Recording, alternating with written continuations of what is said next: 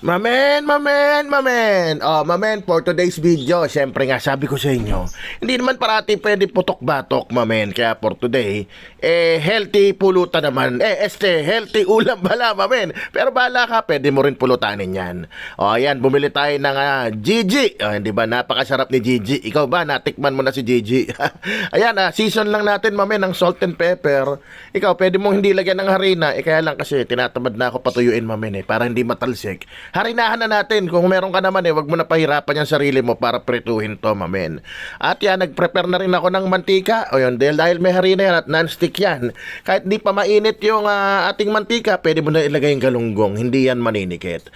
O habang piniprito natin, syempre, tirahin na natin itong mga kakailanganin natin, mamen. O, inuna ko yung wangbu.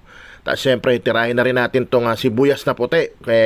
Kung gaano karami, bahala ka na kasi napakasarap nga niyan dito sa lutong ito. O mamen, kung nandiyan ka pa, nanonood ka pa baka tirahin mo na to bago mo tirahin, baka pwedeng paki-like and share naman ng video para naman makarating sa iba. Itong simpleng tirahada natin, mamen, sa galunggong na bistek. O, yan yun. Tapos kalamansi, nilagyan ko rin. Kung wala kang kalamansi, pwede rin kahit anong pampaasim. May mga sinigang mix, goods na goods din yon kasi may flavor na yon, may umami pa yon, mamen. O, ito, pang garnish lang yan. Kaya talagang super optional yan. Ano ba tawag yan? Sibuyas na mura. Ayan na yung bangus natin, maluluto na, binalistad ko na, mamen. O tapos, syempre, gusto ko lang magpasalamat sa mga bagong followers natin, mamen.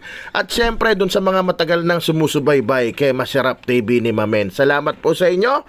God bless lagi at super thank you very much, mamen. Ayan, sakto, luto na yung ating galunggong. O ngayon, titirahin natin yung napakabilis na sarsa, mamen. Etong step na to, optional lang din yung pagluto ng biglaan ng sibuyas. Pwede mong hindi gawin yan kung talagang rockstar ka, mamen, para talagang super lutong yung sibuyas mo. At ito, gigisahin din natin yung ating sarsa, pero optional din. Yung iba, hindi na ginigisa. Diskarte mo na, mamen.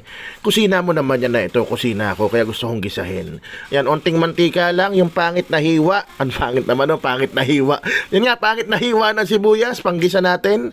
Kung may bawang ka, sabay mo na rin dyan. At lagyan mo toyo, lagyan mo oyster sauce, sugar to taste, at paminta, mamen. Yan lang ang lalagay mo dyan. At lagyan mo na ng onting criminal water yan. At antayin mo lang kumulo. At lagay mo na rin yung kalamansi at tikman mo na, mamen, goods na yan. Ngayon, yung dami ng criminal water, bahala ka na kasi ikaw titikim yan kung gaano kaalat ang gusto mo. Nabubulol-bulol pa ako, mamen. At syempre, ikaw rin tatansya kung gaano karami. Dahil nga dito, maraming bata. Medyo dinamihan ko. Ayan, tapos lagay mo na yung galunggong mo.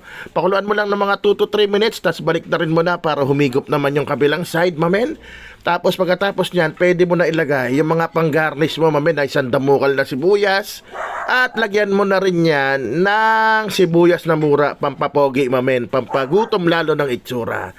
Sabay, syempre, ni-ready ko na rin yung kanin ko. Kung iinom ka, i-ready mo na yung gin mo o red doors mo. Sinilihan ko pa, sabay sigaw ng Rapsa!